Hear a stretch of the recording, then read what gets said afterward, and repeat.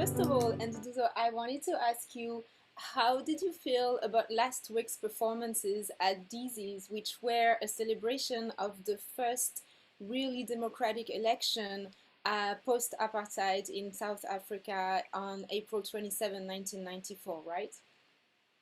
Yeah, so thank you so much again for having me. I think there's various types of feelings that could be associated with post apartheid South Africa and democracy as a whole, notions of reconciliation, and of course there's a sense in which music wins always, you know. So on the one hand, one has seen in recent times the problems of post-apartheid in South Africa and the kind of cracks that are exposed, especially during a pandemic, when you started to see that the system doesn't entirely protect the people. On the one hand, we understand that the music has always been a kind of a way of interpreting what was going on, but also a way of challenging what was going on. But also it has been a space for us to dream about the kind of potentiality in the future that we foresee. And for me, given the kind of recent kind of expositions of these cracks in the system, I was playing the music as a way towards the kind of dream world that we think South Africa should be, and the kind of freedoms that people have been seeking. And music then, in that case, became the space where we can celebrate. So there's a sense in which the sonic becomes a space for celebration, but outside of the sonic, there's still various tensions about how we celebrate. So it was very symbolic that at that moment, we had an opportunity to play sounds that have been able to allow people to experience the potential for freedom. When you associate specific sounds with freedom, Yeah. which sounds do you have in mind? I really loved your singing on Saturday. Thank Um, you. and maybe that this is part of what you associate with freedom. Yeah. So there's a sense in which jazz, historically, even through the transatlantic slave trade, was this glimpse of memory, was this thing that was seeking freedom. So the music comes as a space or a place that, while everything else that people wanted was not possible because of segregation and as a result the civil rights movement in the United States. But if you think about South Africa, the Sharpeville massacres, the Soweto uprisings, and all of these things, there's a sense in which the sound of freedom are the sounds that break out of these difficulties. So the sounding out of freedom basically means the break from everything else and allowing this moment of surrender into the sound. And singing is a beautiful way of thinking about this. Like, if human beings were to be allowed to sing out all the things that they wish to see in the world, or the kind of world that they would like to see. So there's a sense in which we could use singing as a metaphor for the manifestations of things that are hopeful. And that's really where this idea of freedom really exists. This reminds me of Yuma Sekela and his Yeah. specific sounds. And when he talks about mines in South Africa, what you're describing just reminds me very much of Yuma Sekela's work. Oh, yes. His work is very important. On the one hand, it locates the sound, the histories of the sound, but he constantly invoked this idea of the chain to the minds, right? So there again, we see this notion of displacement and the chain as a metaphor that carries all of these utopian ideas, but that can kind of leave behind. So while you are here working in the mines, all the way underground, there's a sense in which you see yourself back home someday. And for some of these people, as Masayela narrates, some of these people never went back, but some of them did. So there's a sense in which displacement and seeking place has always been a kind of backdrop, particularly for South African jazz. So it's great that you should mention Masayela. He was a pioneer in terms of like storytelling as a method for presenting jazz performances. And this is what I'm trying to do, but I'm of course, I'm learning. I'm younger than, he was. He had a lot of experience that, Um, Sorry, there is an ambulance. yeah, And yeah. That's you New know, on York for Saturday, sure. it's New York. On Saturday, you also talked actually about that concept of exile, and you were talking about both the South African diaspora and what South African musicians did outside South Africa, but you were also talking about people in exile in South Africa itself. Yep, yep. So that's a very interesting discourse that has been kind of pointed to by various scholars. One that I can think of now is Salim Washington, who who is a professor at the UKZN University here, but is of American origin. So he talks about jazz that happened in South Africa and during the difficult times of apartheid, and he talks about the relationship between that kind of jazz articulation and the jazz articulations that were happening outside. So there's a sense in which both of these articulations rejoice in the sound making. So if you think, for instance, about people like Mambusi Mhlongo, who was in exile but also was in South Africa at different moments. Similarly, Abdullah Ibrahim. So there's a sense in which those people were displaced internally due to the forced removals, which was a system, an apartheid system that was pushing Black people away from the cities, away from the functioning of environment, and they were pushed to dysfunctionality, and where they were pushed into squatter camps, or like the ghetto, as it were. So there is that kind of displacement, which is while you are in the country, you are exiled from particular practices, you are exiled from performing this music on the bandstand. And there is another modality, which was the people that were outside, and outside meaning outside culturally, linguistically. They were not speaking their mother tongues, they were elsewhere, living in different environments. And they were also like projecting the energy of home. So there's a sense in which this has been a fundamental kind of way of theorizing these sounds, the notion of insile and exile, place and displace. So these are the two things that are always there. Selegu invokes them. He put out a last album called Home at Last. And of course, it was like a question mark because he came home after exile, but home was not home enough because he was not appreciated. His work was not acknowledged. He wasn't getting work, and he went back. So he started thinking, what is home? Is home a geographic location or a spiritual construct? Or is it a place where people appreciate you? So there is a beautiful kind of way of reflecting to these problems of place and displace that is an integral part of the enunciations of these sounds. So, oh, you were just talking about Becky Seleku, right? Yeah. Becky Seleku. Can you tell us just a little bit more about this particular artist? Okay, well, Begum Selegu came from Lamontville, a township in Durban. And, his father went to Cambridge, actually. So the family in those days was seen as to be like kind of privileged. And he came from a musical family. All his siblings were singers and pianists. And he took jazz as a genre, but with a very specific focus on spirituality that informed his world. And again, if we look at the different histories, there is a moment where people really were fighting physical brutalizations in South Africa. And there is a movement in the 70s that was fighting through literature and thought, like the Black consciousness movement that was led by Steve Biko. Mseleko comes in the 80s to exile, 80s, 90s. And those guys, including Eugene Skiff, were using kind of spirituality as a way to provide healing. And I think by extension, I come from that kind of lineage, which is to look at spirituality and more of an inner way as a way of resolving these problems.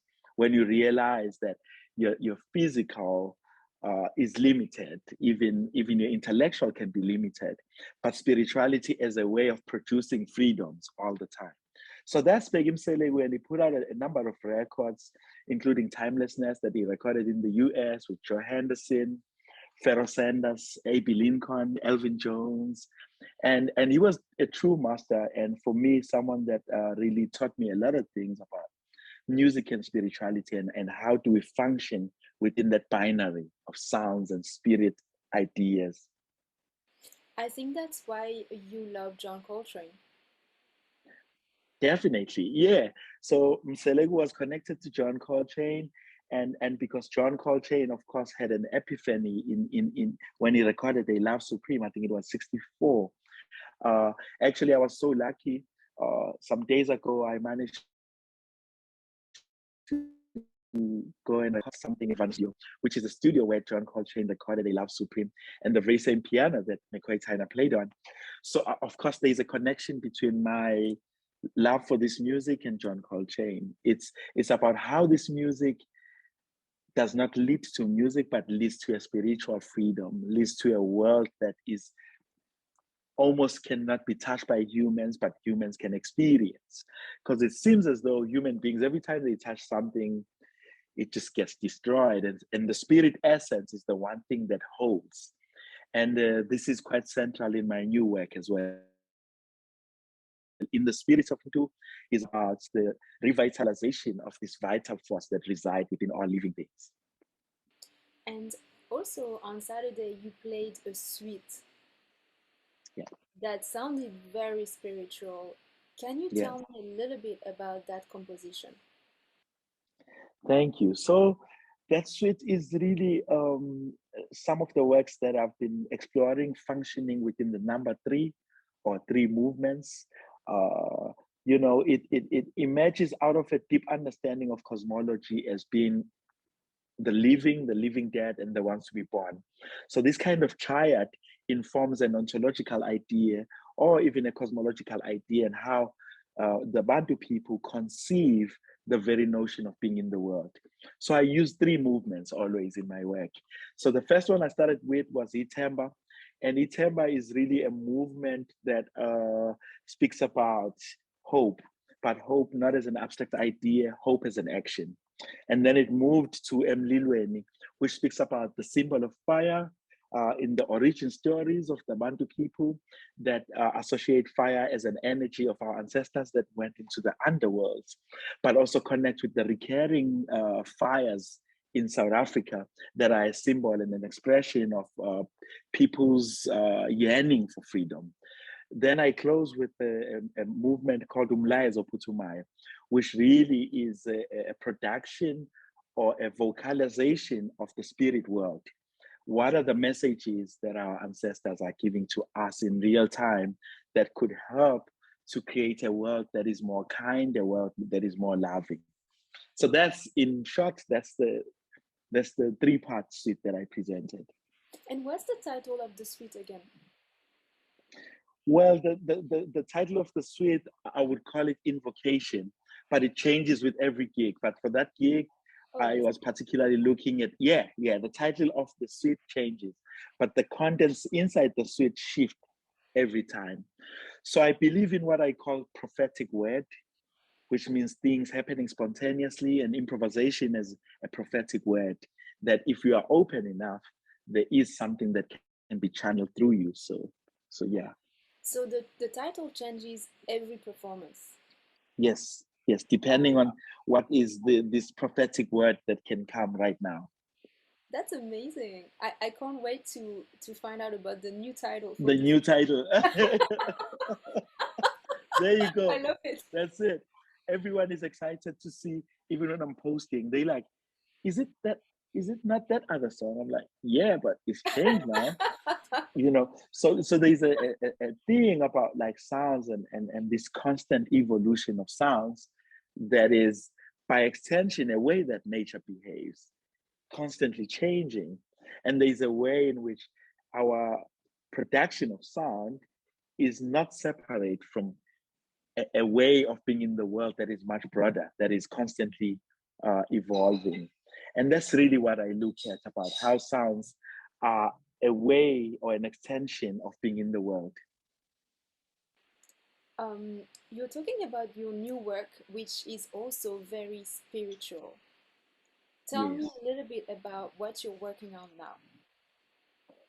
Well, I'm releasing an album on Blue Notes, which is my second album now on Blue Notes. It's called In the Spirit of Ndu, and it's my 10th album actually. And I was thinking about what are some of the ways in which one could put a grand narrative or a summarized narrative as that invokes all the things that I've touched on in previous years. And I started thinking, well, quite central in my work has been the notion of ritual, but the ritual as a way of making sense or keeping intact the cosmological idea. So the Ndu idea originated from the Bantu people, which is the greater population of the African people, and thinking about all of the catastrophes that have taken place over many years. And what are the things that have refused the catastrophes? What are the things that have refused the erasure? And I came with this idea of Ndu as a way of invoking the essence of being. Essence of being as a human being that is loving, that is kind, that is so all of these things are naturally inside every human being. But something has happened to human beings that have created a kind of out of tuneness. So, what does it mean to bring an in tuneness via the sound?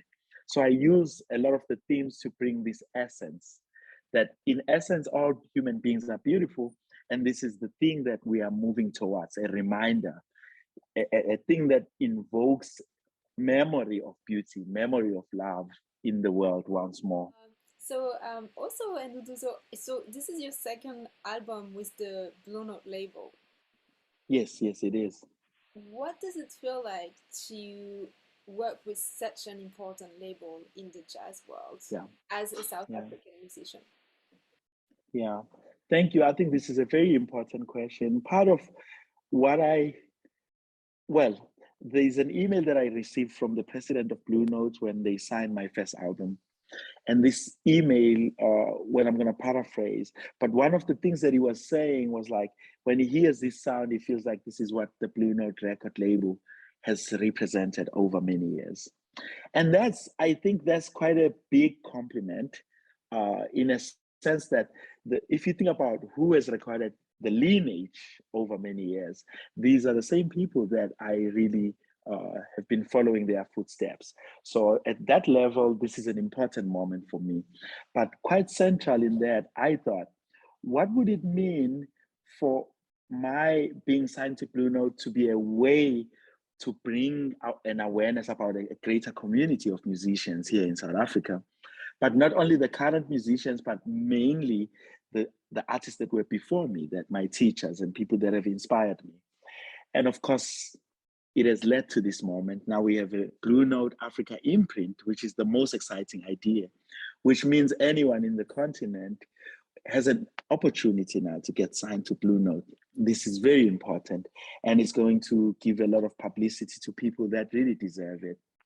And so even when I was recording, I was deliberate about bringing young musicians such as Dylan Tabisha, who was playing vibraphones, Linda Skakane on tenor, Robin Fassi, who played trumpet, Khonze Makhathini, who played percussion, Dane Paris, who played the drums, and Steven D'Souza, who played the bass, to kind of like bring all of that young energy to the fore as well. And of course, the album is also accompanied by very important guests. There is Jalil Shaw, who's an alto player who features an American alto player. And there is Anna Vidawa, who's a singer from Switzerland. And of course, one of my favorite collaborators, Omar Gugu, is on the album. So the album is kind of like, what is it that is happening in South Africa? Can we represent that in one album? So for me, it was important that I work with the people that I worked with as a kind of picture, one manifestation of very important people or an energy vortex that is currently taking place here. And in this context, can you also change the title of the album after it's released, or this doesn't work here? Well, so the changing of the title is a thing that happens inside. So basically, the themes in a suite is three themes, right? But packaged together, they tell a different story. So there is a sense in which I can start borrowing songs from different albums, mixed with this, and it produces a different kind of title. So the changing of title is the change of frequency, the change of energy, you know. So one day I will bring in all of this music with a different title, you know. So it's just about the energy and how respectful we can be about the moment, that this moment is different to any other moment that we've experienced. It's also something that is deeply anchored in our concepts of time in Africa, you know, which is the past is experienced now, the future is experienced now in the present. So there is like a way in which all of these manifestations are just a collapse of time concepts as we know them. You know, and Nduduzo, what you just told me makes me think that your album now and your signing with Blue Note gives permission to other African artists, not just South, as you Yes, mentioned, not just South African artists, but other African artists from the African art. continent to aspire to uh, big goals and to aspire Yeah, to perhaps dreams that maybe they never gave themselves permissions for of before. course, of course. It's that, and plus, I think it's more about the world getting a chance to experience this beauty. You know what I mean? Because I think it's just not the African continent that is gaining here, but the world would get a lot of healing from this music. So there's a sense in which the world can also celebrate this move, because a lot of the music here is really aligned to healing practices and properties. So signing more artists from the continent means more healing is spread around the world. Yeah, That's great. definitely. Yeah, definitely. um, Also, I'm fascinated by this concept of being a musician who understands music from two entirely different continents. Yeah, You perform American music, you perform African music, you're an African musician, but you play African American music. How does that work for you when you perform or when you write music? yeah. How do you mix these amazing worlds, these amazing musical worlds Yeah. together? Well, I think the beauty of it is history.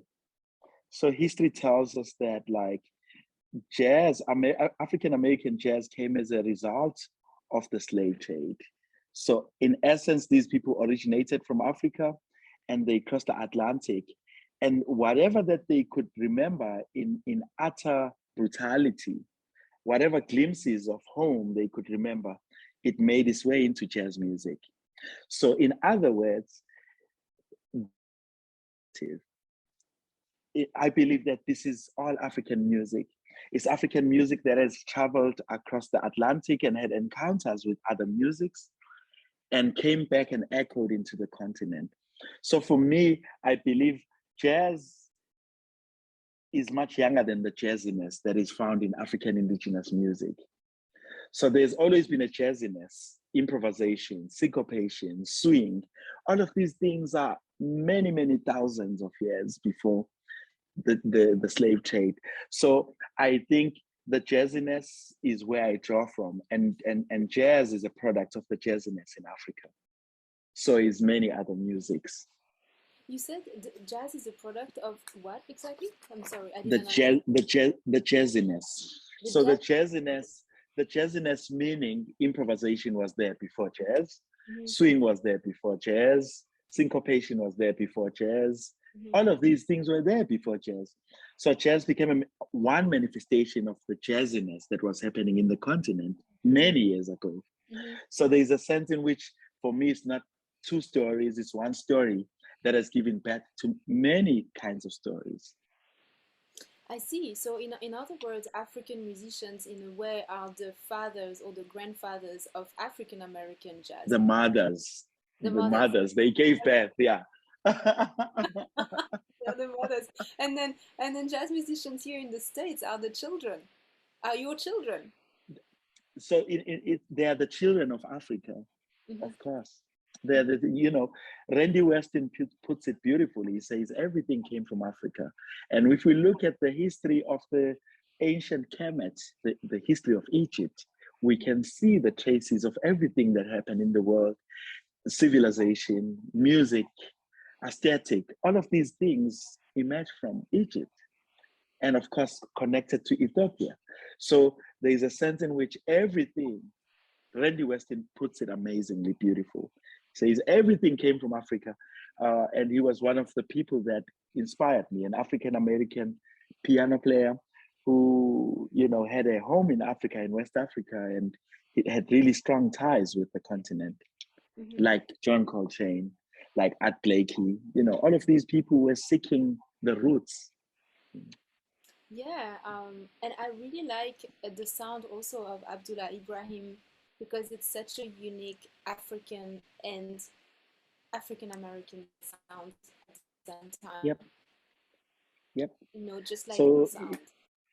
yeah, Ibrahim produces a manifestation that is uh, linked to folk sounds in Africa. So it will always provide a different variation, because we have many languages here, we have many cultures, our landscapes are beautiful. So we always inspired to think in a different way. You move from one geography, you hear a different sound because people talk a different language. You move to another place, they eat different food.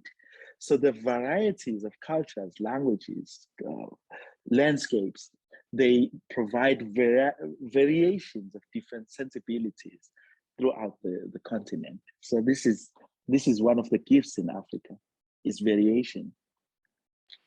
But at the same time, when people go to a jazz club anywhere in the world, whether it's here in the city, in New York City, or if it's in Japan, I don't think people's first thought is African music, Yeah. even When though they go, it's so tied to African music. I don't think people yeah. necessarily associate jazz with African music. Well, I think society likes to operate outside of historical happenings. And that's a very shallow thing to do. But everyone that is, kind of aware of historical narratives would always think about jazz as a product of an African experience in America, right? It's an African experience. Right. How Africans were trying to create and retain their identities through a brutal system that was seeking to erase their consciousness. So it's a work of memory. We cannot listen to jazz without understanding a historical underpinning of what that is. Mhm. And also, Nduduzo, I know you're a PhD candidate. Mhm. What is your current research on?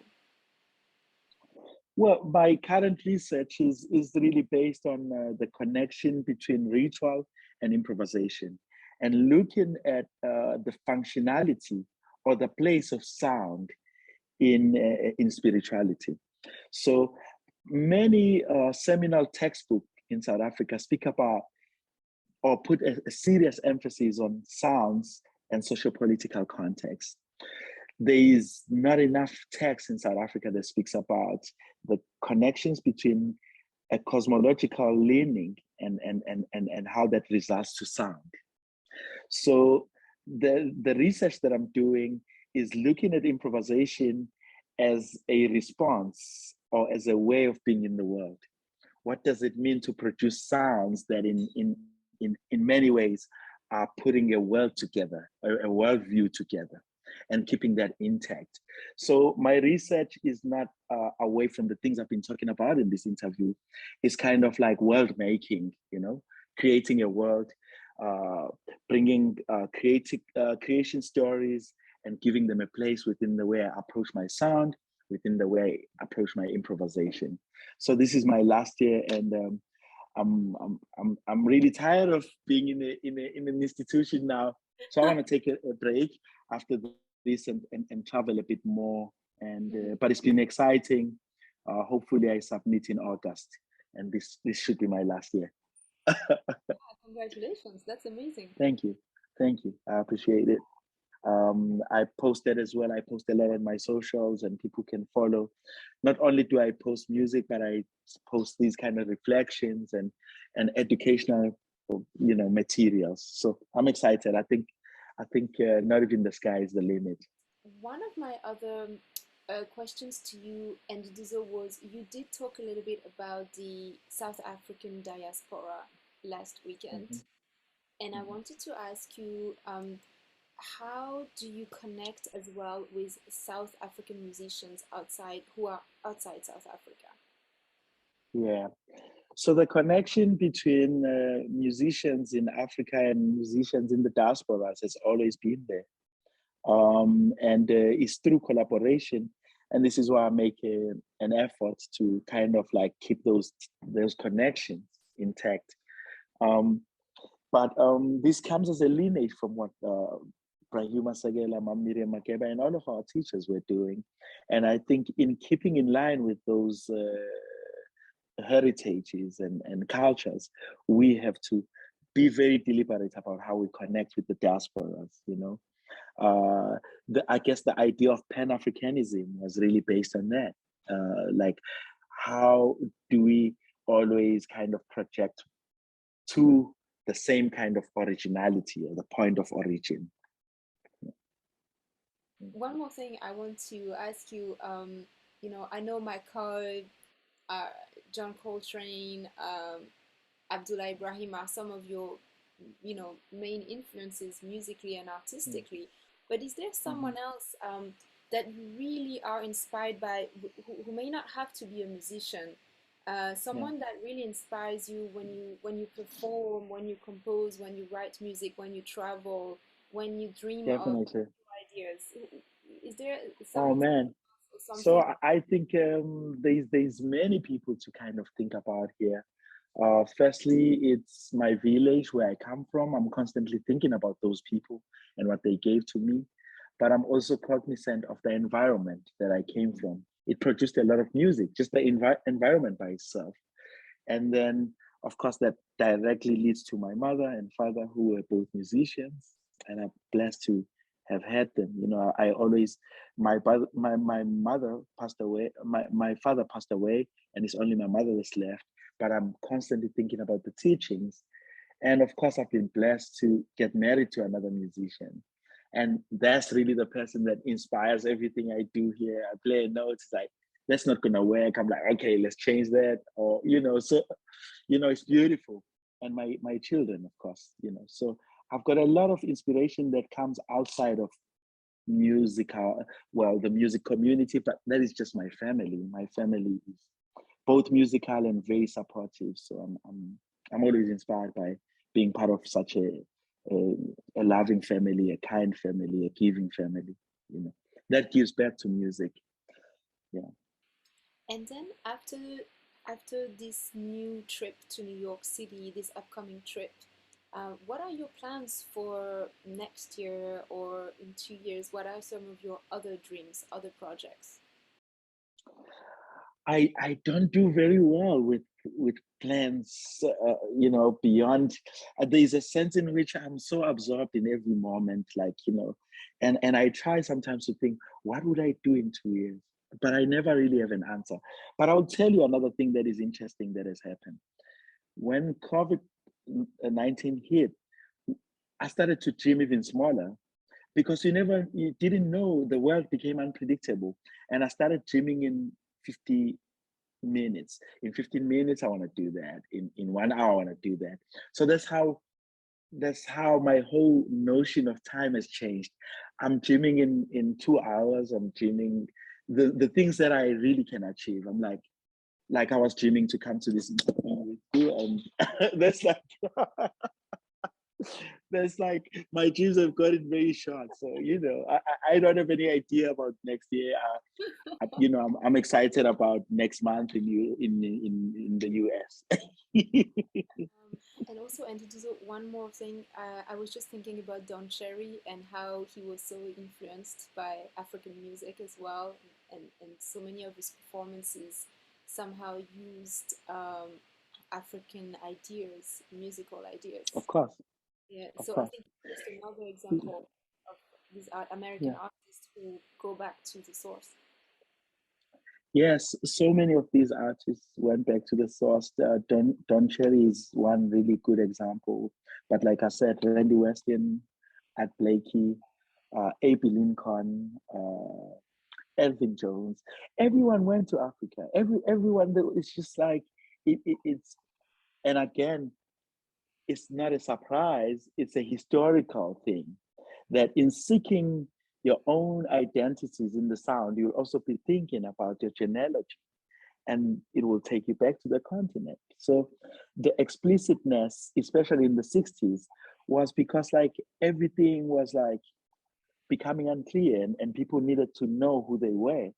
Mhm. And a lot of them, including John Coltrane, transitioned also and started adapting conversion names. They started looking for other religious belief systems. They thought about the continent. So I think that movement is coming full circle now, where again, people are seeking things in Africa. And Africa is seeking things from the diaspora as well. Because sometimes the diaspora holds some of the most ancient memories of Africa, you know. Right, So and there's a sense in which it's a dialogue. It's a dialogue. It's a mhm, dialogue. I see. Yeah, it's fascinating. Yeah. Yeah. Hmm. Um, Thank you so much, Nduduzo. I think for I now appreciate it. I'm okay. Uh, and Yeah, this is a lot. This is a lot. is it? Is it? It's, And I just wanted to add one more thing. During your performance last Saturday, I did feel that I was both in the world of John Coltrane and in Africa at the same time. This is exactly how I yeah, felt. It was yeah, magical because of that. yeah. I think again it takes us back to history. It's the world of John Coltrane was in the continent, especially towards the last albums that he recorded. He was very deliberate about. There's an album called Kulise Mama. He invited African singers, the drummers, and everyone. But also in his sound, later on, John Coltrane started playing like two dialogues. In my own reading of it, is that like the lows were kind of like one place, and the highs were like the kind of what is it? The utopian place, the home that he never got to come to. So there is a sense in which even sonically, Coltrane was invoking these worlds. He was invoking a duality, being elsewhere and thinking about another place. So that's what my music is invoking as well. It's about this duality and collapsing into one form of essence, which I call do. So Coltrane was seeking do as well in many ways. Well, thank you so much, Nduduzo. I really enjoyed speaking with you today. Yeah, it was beautiful. I appreciate your time and yeah, having all those difficult questions, but it was great. Thank you.